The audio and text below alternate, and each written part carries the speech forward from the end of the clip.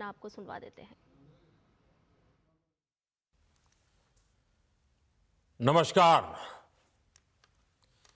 केंद्रीय मंत्रिमंडल के मेरे सहयोगी, गोवा के मुख्यमंत्री, अन्य मंत्रीगण, एम्बेसडर्स, सीईओज, सम्मानित अतिथिगण, अन्य सभी महानुभाव, देवी और सज्जनों, एनर्जी वीक के इस नए एडिशन में गोवा में दुनिया के करीब 125 देशों के प्रतिनिधि जुटे हैं।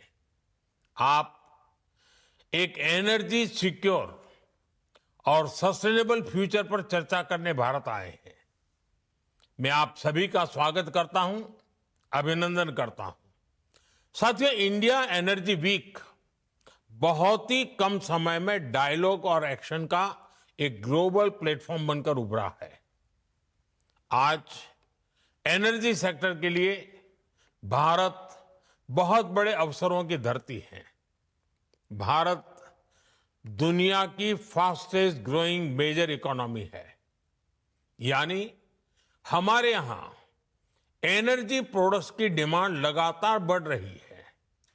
इसके अलावा भारत दुनिया की डिमांड पूरी करने के लिए भी बेहतरीन अवसर उपलब्ध करता है।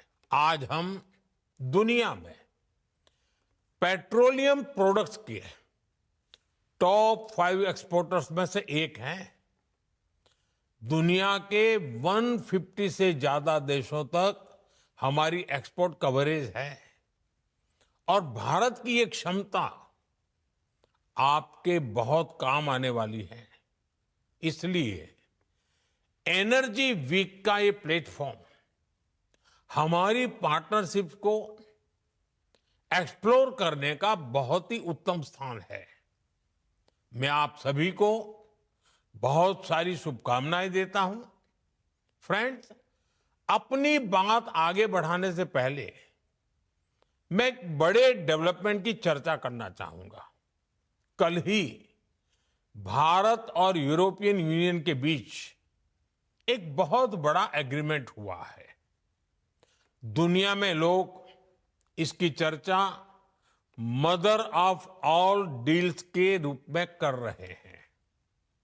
ये समझौता भारत के 140 करोड़ लोगों और यूरोपीय देशों के करोड़ों लोगों के लिए बहुत बड़े अवसर लेकर आया है। ये दुनिया की 2 बड़ी इकोनॉमीज के बीच तालमेल का एक शानदार उदाहरण बना है। ये समझौता ग्लोबल जीडीपी के करीब 25% और ग्लोबल ट्रेड के करीब 1/3 हिस्से को रिप्रेजेंट करता है। ये समझौता ट्रेड के साथ साथ डेमोक्रेसी और रूल ऑफ लॉ के प्रति हमारे शेयर्ड कमिटमेंट को भी सशक्त करता है। साथियों, ईयू के साथ हुआ ये फ्री ट्रेड एग्रीमेंट ब्रिटेन और एप्टा समझौतों को भी कॉम्प्लीमेंट करेगा। इससे ट्रेड और ग्लोबल सप्लाई चेन दोनों को मजबूती मिलेगी। मैं भारत के नौजवानों को, सभी देशवासियों को इसके लिए बहुत बहुत बधाई देता हूं। मैं textile, James and jewellery, leather and shoes, ऐसे हर सेक्टर से जुड़े साथियों को भी बधाई देता हूं। ये समझौता आपके लिए बहुत सहायक सिद्ध होगा। साथियों, इस ट्रेड डील से भारत में मैन्युफैक्चरिंग को तो बल मिलेगा ही, साथ ही सर्विसेज से जुड़े सेक्टर का भी और अधिक विस्तार होगा। ये फ्री ट्रेड एग्रीमेंट दुनिया के हर बिजनेस, हर इन्वेस्टर के लिए भारत पर कॉन्फिडेंस को और मजबूत करेगा। साथियों, भारत आज हर सेक्टर में ग्लोबल पार्टनरशिप पर बहुत अधिक काम कर रहा है। मैं अगर एनर्जी सेक्टर की ही चर्चा करूं तो यहां एनर्जी वैल्यू चेन से जुड़े हुए अलग अलग क्षेत्रों में निवेश की बहुत संभावनाएं हैं। आप एक्सप्लोरेशन का ही क्षेत्र ले लीजिए। भारत ने अपने एक्सप्लोरेशन सेक्टर को काफी ओपन कर दिया है। आपको हमारे डीप सी एक्सप्लोरेशन से जुड़े समुद्र मंथन मिशन की भी जानकारी है। हम इस दशक के अंत तक अपने ऑयल एंड गैस सेक्टर में इन्वेस्टमेंट को $100 बिलियन तक ले जाने का प्रयास कर रहे हैं। हमारा लक्ष्य एक्सप्लोरेशन के दायरे को भी 1 मिलियन स्क्वायर किलोमीटर तक विस्तार करने का है। इसी सोच के साथ हमारे यहां 170 से अधिक ब्लॉक्स को अवार्ड किया जा चुका है। अंडमान निकोबार का बेसिन भी हमारी नेक्स्ट हाइड्रोकार्बन हब बन रहा है। साथियों, हमने एक्सप्लोरेशन सेक्टर में काफी रिफॉर्म्स भी किए हैं। नो गो एरिया बहुत कम कर दिया गया है। इंडिया एनर्जी वीक के पिछले एडिशंस में आपको भी जो भी सुझाव थे, आपने जो कुछ भी कहा, उनके अनुसार हमने अपने एक्ट्स और रूल्स में भी बदलाव किए हैं। यदि आप एक्सप्लोरेशन सेक्टर में इन्वेस्ट करते हैं तो आपकी कंपनी की प्रॉफिटेबिलिटी बढ़ना तय है। साथियों, भारत की एक और विशेषता है जो है एनर्जी सेक्टर में इन्वेस्टमेंट को बहुत फायदेमंद बनाता है। हमारे यहां बहुत बड़ी रिफाइनिंग कैपेसिटी मौजूद है। हम रिफाइनिंग कैपेसिटी के मामले में विश्व में दूसरे स्थान पर है। जल्द ही हम दुनिया में पहले नंबर पर होंगे। आज भारत की रिफाइनिंग कैपेसिटी करीब 260 MMTPA की है। इसे 300 MMTPA के ऊपर ले जाने के लिए निरंतर प्रयास हो रहा है। ये इन्वेस्टर्स के लिए बहुत बड़ा एडवांटेज है। साथियों, भारत में LNG की डिमांड भी निरंतर बढ़ रही है। हमने अपनी टोटल एनर्जी डिमांड का 15% LNG से पूरा करने का लक्ष्य रखा है। इसलिए हमें LNG के पूरे वैल्यू चेन पर काम करने की आवश्यकता है। आज भारत ट्रांसपोर्टेशन पर भी बहुत बड़े स्तर पर काम कर रहा है। LNG ट्रांसपोर्टेशन के लिए जिन वेसल्स की जरूरत है, हम उन्हें भारत में ही बनाने पर काम कर रहे हैं। हाल में ही भारत में शिप बिल्डिंग के लिए 70,000 करोड़ रुपए का प्रोग्राम शुरू किया गया है। साथ ही LNG के लिए देश के पोर्ट्स पर टर्मिनल के निर्माण में भी निवेश की अनेक संभावनाएं हैं। रीगैसिफिकेशन से जुड़े प्रोजेक्ट्स में भी आपके लिए इन्वेस्ट करने की बड़ी संभावनाएं बन रही है। साथियों, LNG के ट्रांसपोर्टेशन के लिए भारत में बहुत बड़ी पाइपलाइन की भी अब जरूरत है। बीते सालों में इस पर हमने बहुत निवेश किया है, लेकिन अभी भी बहुत बड़े पैमाने पर इन्वेस्टमेंट के लिए संभावनाएं हैं। आज भारत के कई शहरों में सिटी गैस डिस्ट्रीब्यूशन का नेटवर्क पहुंच चुका है और हम तेजी से अन्य शहरों में भी इससे जोड़ रहे हैं। सिटी गैस डिस्ट्रीब्यूशन भी आपके निवेश के लिए बहुत ही आकर्षक क्षेत्र है। साथियों, भारत की इतनी बड़ी जनसंख्या है, हमारी इकोनॉमी लगातार बढ़ रही है। ऐसे भारत में पेट्रोकेमिकल प्रोडक्ट्स की डिमांड भी लगातार बढ़ने वाली है। इसलिए हमें बहुत बड़े एनर्जी इंफ्रास्ट्रक्चर की आवश्यकता होगी और इसमें भी आपका इन्वेस्टमेंट आपको बहुत ग्रोथ देगा। इन सब के अलावा भारत में डाउनस्ट्रीम एक्टिविटीज में भी आपके लिए इन्वेस्टमेंट के बहुत मौके हैं। साथियों, आज का भारत रिफॉर्म्स एक्सप्रेस पर सवार है और हर सेक्टर में तेजी से रिफॉर्म्स कर रहा है। हम डोमेस्टिक हाइड्रोकार्बन को सशक्त करने के लिए रिफॉर्म्स कर रहे हैं और ग्लोबल कोलैबोरेशन के लिए ट्रांसपेरेंट और इन्वेस्टर फ्रेंडली एनवायरनमेंट बना रहे हैं। भारत अब एनर्जी सिक्योरिटी से आगे बढ़कर एनर्जी इंडिपेंडेंस के मिशन पर काम कर रहा है। भारत एक ऐसा एनर्जी सेक्टर इकोसिस्टम डेवलप कर रहा है जो भारत की लोकल डिमांड को पूरा कर सके और एफोर्डेबल रिफाइनिंग और ट्रांसपोर्टेशन सॉल्यूशन से दुनिया के लिए एक्सपोर्ट भी बहुत ही कॉम्पिटिटिव हो। साथियों, हमारा एनर्जी सेक्टर हमारी एस्पिरेशंस के केंद्र में है। इसमें $500 बिलियन की इन्वेस्टमेंट अपॉर्चुनिटीज है। इसलिए मेरा आह्वान है, make in India, innovate in India, scale with India, invest in India. इसी आग्रह के साथ मैं आप सभी को इंडिया एनर्जी वीक की अनेक अनेक शुभकामनाएं देता हूं। बहुत बहुत धन्यवाद।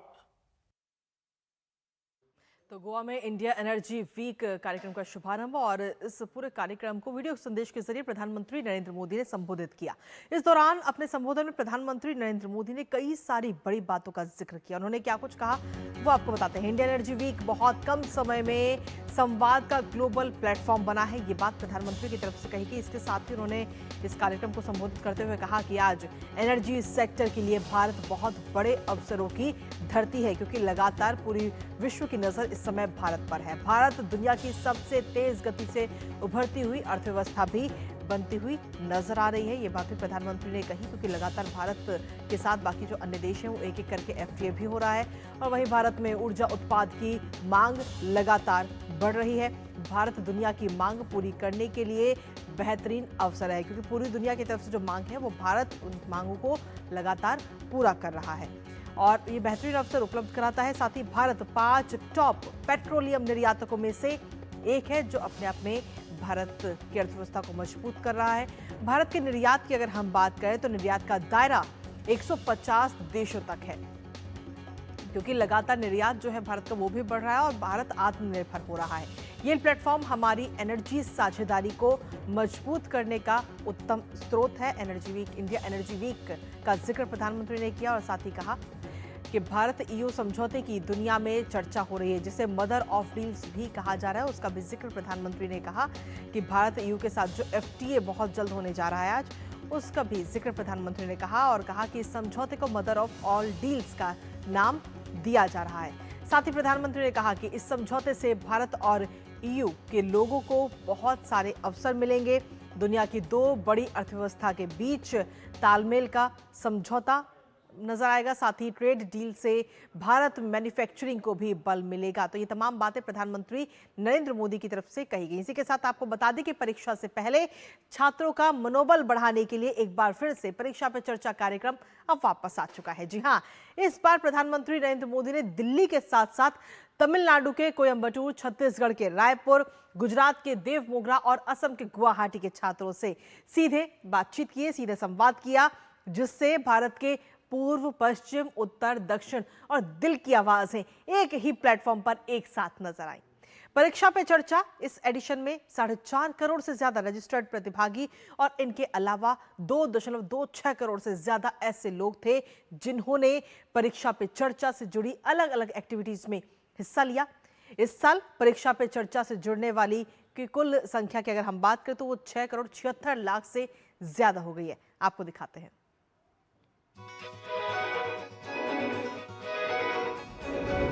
इस बार परीक्षा पे चर्चा का होगा एक नया रूप, कुछ नई जगहें और एक नया सफर, बच्चों तक पहुंचने का, उनकी कहानियों से जुड़ने का। ये हमने ऐसा अपने सपने में भी नहीं सोचा था कि नरेंद्र मोदी जी खुद हमसे मिलेंगे। कुछ खिलाया कि नहीं? Yes sir. तो मेरे लिए कुछ लाए हैं? हर बार की तरह होंगे ढेरों सवाल from the young bright minds of India. रोजाना कौन सी एक छोटी सी हैबिट अपनानी चाहिए जिससे हम अपने सपने के नजदीक पहुंचते जाएं? हमें मोटिवेशन की जरूरत है या अनुशासन की? आत्मविश्वास बढ़ाने के लिए आप हमें क्या सलाह देना चाहेंगे? आपने अपने तनाव को कैसे हैंडल किया? जिनके मिलेंगे सारे जवाब। परीक्षा के लिए सबसे अच्छी चीज होती है लिखने की आदत डालें। आप मान के चलिए आपने जो पढ़ा है वो कहीं ना कहीं तो स्टोरेज है ही है। आप अपनी जो पैटर्न है उस पर पूरा भरोसा करो। देखिए हर एक को हर चीज नहीं आता, देखिए हर एक को कुछ न कुछ तो आता ही। हमने उनका वेलकम किया, फिर उनके साथ बातचीत की तो पता ही नहीं चला कि टाइम कहाँ चला गया। परीक्षा पे चर्चा में बच्चे सिर्फ जवाब नहीं, भविष्य का भरोसा साथ ले जाते हैं। वो बहुत अटेंटिव थे। आपके लिए चाय। तो मुझे चाय बनानी होगी। हाँ?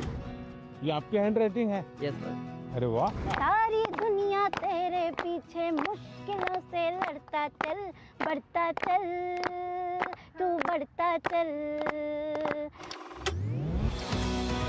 तो तैयार हो जाएं, आ रहा है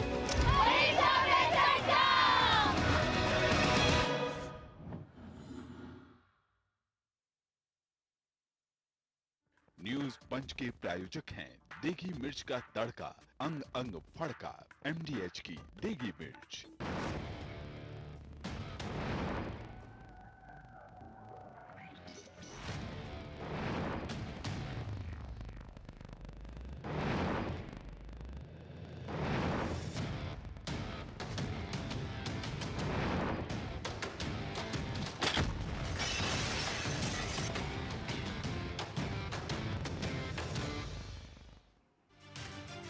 नमस्कार, स्वागत है आप सभी का। मैं हूं कृतिका और देश का सबसे भरोसेमंद चैनल डीडी न्यूज पर लेकर हाजिर हूं आपका अपना पसंदीदा शो खबरों का सरपंच न्यूज पंच। और इस कार्यक्रम के जरिए हम आप तक हर रोज वो तमाम खबरें पहुंचाते हैं जिन पर रहते हैं हम सभी की नजर। और आज न्यूज पंच के जरिए जिन प्रमुख खबरों की करेंगे हम विस्तार से बात। सबसे पहले एक नजर उन प्रमुख खबरों पर यानी टॉप लाइन्स पर।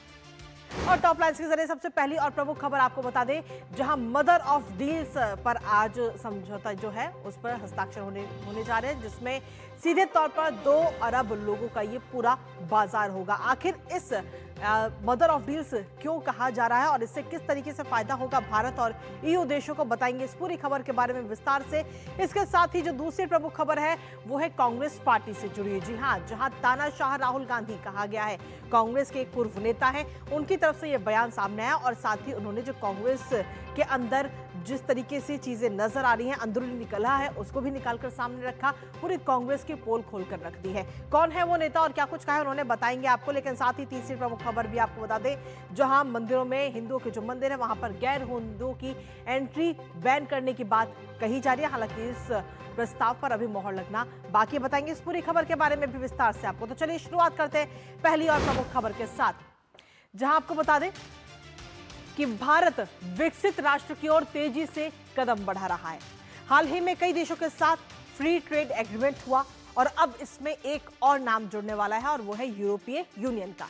जी हां, भारत यूरोपीय यूनियन के बीच सबसे बड़ी ट्रेड डील आज होने वाली है, जिससे 200 करोड़ लोगों का मार्केट बनेगा और दुनिया की 25% इकोनॉमी इसके दायरे में आ जाएगी। अब इस डील को मदर ऑफ ऑल डील्स भी कहा जा रहा है। आपको यह भी बता दें कि भारत और यूरोपीय यूनियन के बीच 18 सालों की बातचीत के बाद अब मुक्त व्यापार समझौता यानी कि फ्री ट्रेड एग्रीमेंट अंतिम रूप लेता हुआ आ चुका है। और इस डील से भारत के कपड़ा, फुटवियर, इलेक्ट्रॉनिक्स, मशीनरी, केमिकल उद्योगों को यूरोपीय बाजार में विस्तार का भी अवसर मिलेगा। आखिर इस डील से कैसे होगा दोनों को फायदा, बताएंगे आपको। साथ ही करेंगे चर्चा अपने संवाददाता से। उससे पहले आपको दिखाते हैं 16वां भारत यूरोपीय संघ शिखर सम्मेलन। तो जी हां, जहां आपको बता दें कि मदर ऑफ ऑल डील्स आज होने जा रहा है और इसमें किस तरीके से इसे फायदे का सौदा बताया जा रहा है। प्रधानमंत्री नरेंद्र मोदी और यूरोपीय संघ के नेतृत्व में अहम बैठक, 16वां भारतीय यूरोपीय संघ शिखर सम्मेलन। और इसके जरिए यूरोपीय आयोग के प्रमुख इस बैठक में शामिल होती हुई नजर आएंगी। इसके साथ ही आपको बता दें कि यूरोपीय परिषद के अध्यक्ष भी इस बैठक में हिस्सा लेते हुए नजर आएंगे, जो कि काफी महत्वपूर्ण ये बैठक है। विभिन्न क्षेत्रों में सहयोग बढ़ाने के से जुड़े हुए जो फैसले हैं वो इस बैठक में लिए जाएंगे। तमाम विषयों को लेकर के चर्चा की जाएगी। साथ ही आर्थिक और व्यापार में सहयोग बढ़ाने पर भी इस बैठक में चर्चा होगी। लेकिन इसके साथ ही जो फायदे का सौदा जिसे कहा जा रहा है कि आखिर कैसे भारत और 27 EU देशों को फायदा होगा, फटाफट से वो भी आपको बता देते हैं। दरअसल आपको बता दें कि फायदे की जब हम बात करें तो भारत को किस तरीके से फायदा होगा वो आपको बता दें। इसमें सीधे तौर पर 27 EU देशों का बाजार है और निर्यात में इसके जरिए तेजी आएगी। दवाएं हैं, इंजीनियरिंग का सामान है, वो तमाम चीजें निर्यात होंगी। इसके साथ ही ऑटोमोबाइल्स के जो पुर्जे, इलेक्ट्रॉनिक्स निर्यात और साथ ही प्रोफेशनल्स के लिए भी ज्यादा अवसर और EU के अंदर अगर हम देखें तो बड़ा बाजार उपलब्ध होगा। 140 करोड़ से ज्यादा की आबादी। यूरोपीय उद्योगों का निर्यात बढ़ेगा, विमानन और पेय पदार्थ, रसायन, ऑटोमोबाइल और साथ ही ऑटोमोबाइल जैसे उद्योगों का जो निर्यात है वो भी बढ़ेगा और सबसे तेज बढ़ती अर्थव्यवस्था आगे आने वाले समय में भारत बनता हुआ नजर आएगा। इसके साथ ही आपको बता दें कि भारत EU ट्रेड भी इस वक्त नजर आ रहा है, क्योंकि अगर हम देखें तो वस्तुओं का बाजार और 136 अरब डॉलर का ये पूरा मार्केट है और भारत के कुल निर्यात में EU की 17% की हिस्सेदारी है। अब इसके जरिए EU यानी कि यूरोपीय यूनियन की भारत का निर्यात अगर हम देखें तो 76 अरब डॉलर का और यूरोपीय यूनियन से भारत का आयात 60 अरब डॉलर, यानी कि कुल मिलाकर अगर हम देखें तो दोनों को ही इससे सीधे तौर पर फायदा होगा। जिस डील की बात कही जा रही है, मदर ऑफ डील्स जिसे कहा जा रहा है, और ये कोई आज की मेहनत नहीं है बल्कि 18 सालों से लगातार इस डील को लेकर चर्चा हो रही है और 18 साल की जो कोशिश है दोनों की तरफ से वो अब रंग लाती हुई नजर आ रही है। 18 साल की ये कोशिश, क्योंकि ये जो चर्चा है, ये बातचीत है, वो अभी नहीं बल्कि साल 2007 में शुरू हुई थी।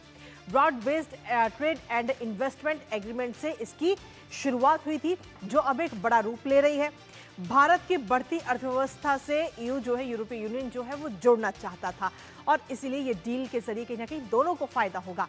EU के प्रस्ताव पर भारत ने भी रुचि दिखाई जब EU की तरफ से प्रस्ताव आया भारत के पास में, जिसमें सामान, सेवाएं, निवेश और सहयोग पर बात हुई। साल 2007 से लेकर के 2013 तक कई दौर की बातचीत दोनों के बीच में हुई है, भारत और यूरोपीय यूनियन के बीच में। 2022 में फिर से ये बातचीत शुरू हुई और अब ये बातचीत के बाद में अंतिम रूप ये लेता हुआ नजर आ रहा है। हमारे साथ हमारे सहयोगी शुभेंदु इस वक्त जुड़ रहे हैं, सीधा उनका रुख करेंगे ताजा अपडेट के लिए। शुभेंदु, सबसे पहले आपसे जानना चाहेंगे आज का पूरा कार्यक्रम। देखिए कृतिका, आज बहुत ही महत्वपूर्ण दिन है। पहले तो जो इंडिया EU समिट है 16वां, उस समिट की शुरुआत होगी जिसमें प्रधानमंत्री नरेंद्र मोदी भाग लेंगे और EU की तरफ से जो उनके यूरोपियन कमीशन की प्रेसिडेंट है उर्सुला वॉन डेर लेyen और यूरोपियन काउंसिल के जो प्रेसिडेंट है एंटोनियो कोस्टा भाग लेंगे।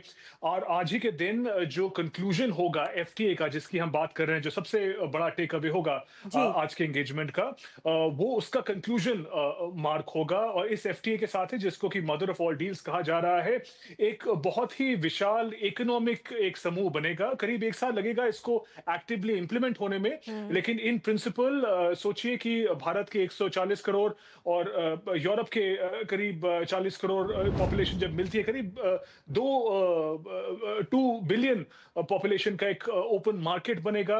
उनकी GDP मिलाएं तो करीब 20 से 25 ट्रिलियन डॉलर की एक GDP साथ में मिलती है। करीब 1/5 20 से 25% ऑफ द ग्लोबल GDP कहा जा रहा है भारत और EU को। इस तरीके से जो अभी का जियोपॉलिटिकल जो सर्कमस्टांसेस हैं, अलग अलग तरीके के प्रेशर्स हैं, टैरिफ्स हैं, आप कई बार जो आपके पुराने ट्रेड पार्टनर्स होते हैं वो आप पे भारी टैरिफ लगा देते हैं। तो ऐसे समय में EU और भारत दोनों ही प्रैग्मेटिक और इक्वल पार्टनरशिप चाहते हैं ट्रस्टेड पार्टनर्स के साथ में, और इसीलिए आज का दिन इस FTA के लिए बहुत ही महत्वपूर्ण। इसके साथ ही शुभेंदु, अगर भारत के युवाओं की अगर हम बात करें तो उनके लिए किस तरीके से फायदेमंद होगी ये मदर ऑफ डील्स? देखिए, जैसे कि आपने भी बताया कि जो लेबर इंटेंसिव सेक्टर है भारत के, जिसमें कि आपका लेदर, चमड़े का काम आ गया, जिसमें कि जो मैन्युफैक्चरिंग MSMEs की होती हैं, छोटे बिजनेसेस, मीडियम एंटरप्राइजेस जो होते हैं, उनके लिए खासा अपॉर्चुनिटी यहाँ पे अवेलेबल होगा, जो कि एम्प्लॉयर्स भी हैं यूथ के।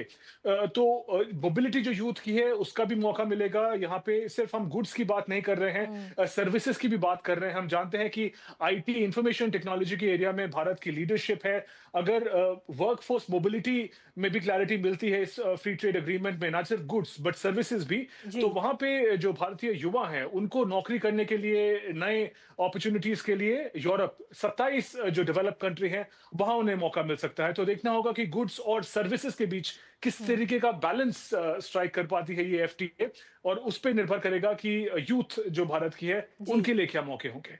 शुभेंदु, ये तो बात रही भारत की, लेकिन अगर हम यूरोपीय देशों की अगर हम बात करें तो उनके लिए किस तरीके से फायदे की ये डील साबित होती हुई नजर आएगी?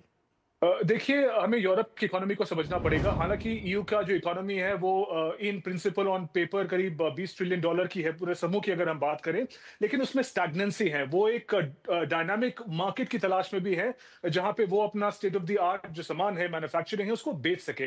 Bharat as a growing economy, fastest growing large economy के रूप में एक परफेक्ट मार्केट, एक परफेक्ट इकोनॉमिक पार्टनर है यूरोप के लिए।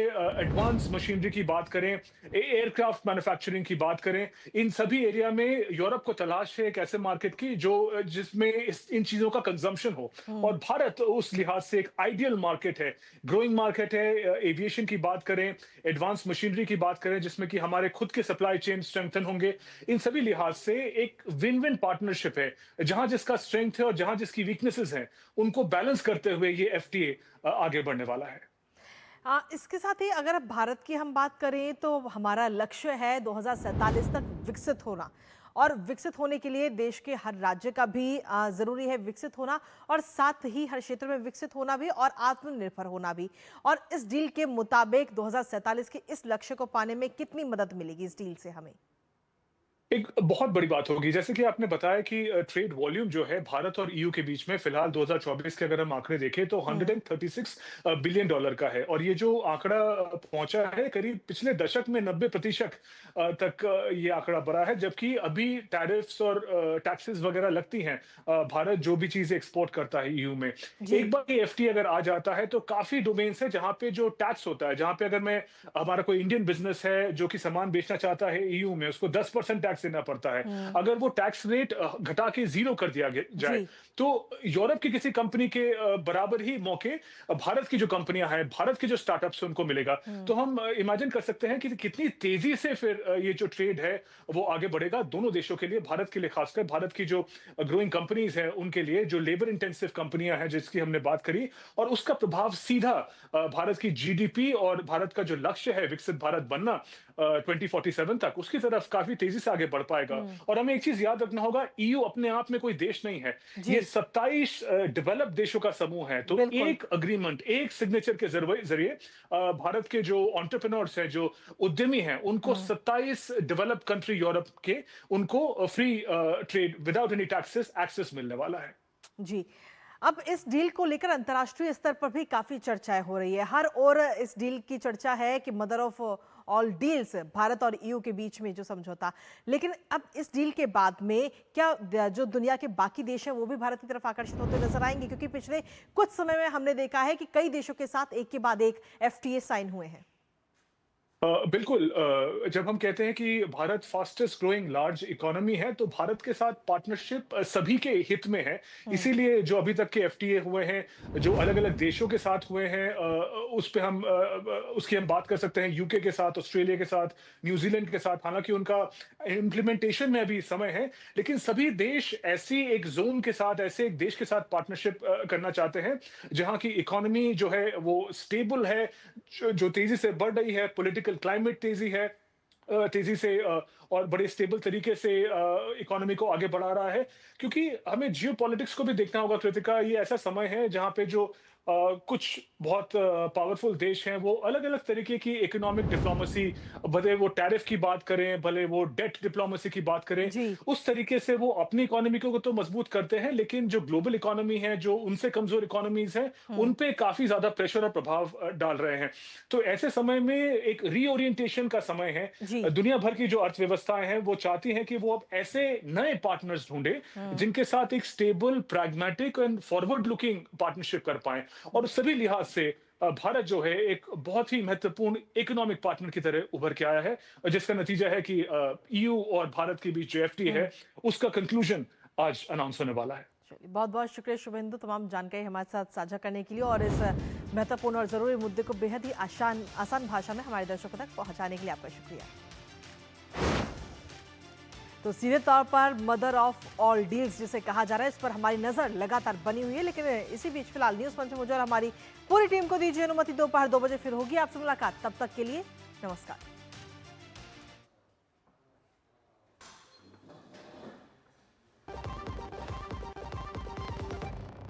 MDH किचन किंग मसाले को किंग क्यों कहते हैं? अगर MDH का किचन किंग किचन में हो तो हम सब कुछ बना सकते हैं। बैंगन का भरता, आलू गोभी, भिंडी मसाला, मिक्स वेजिटेबल, मटर पनीर और भी बहुत कुछ। ये तो मैजिक है। बहुत बढ़िया। Like magic. MDH। जब धरती चीर कर निकलता है लोहे का पत्थर और मिलता है मोंगिया के जोश से, फिर तपता है, पिघलता है और बनता है फौलाद। अब होता है सरिया सारी खूबियों के साथ। मोंगिया स्टील, मजबूत देश का मजबूत सरिया। कुछ पल नहीं दिशा दिखाए, मंजिल नहीं फिर दूर जब कुछ पल साथ तुम्हारे साथ बिताए हुए पल मेरे साथ रहेंगे जिंदगी भर। LIC से मिले बीमे की रकम ने ही मेरे नए काम की शुरुआत को मुमकिन बनाया। कुछ पल का साथ बन जाता है जिंदगी भर का साथ। LIC, हर पल आपके साथ।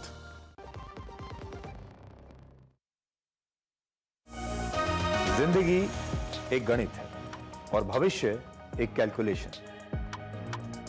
देखते तो हम बहुत कुछ हैं, लेकिन सच कितना जानते हैं? इसी सच को हम आपके लिए डिकोड करेंगे।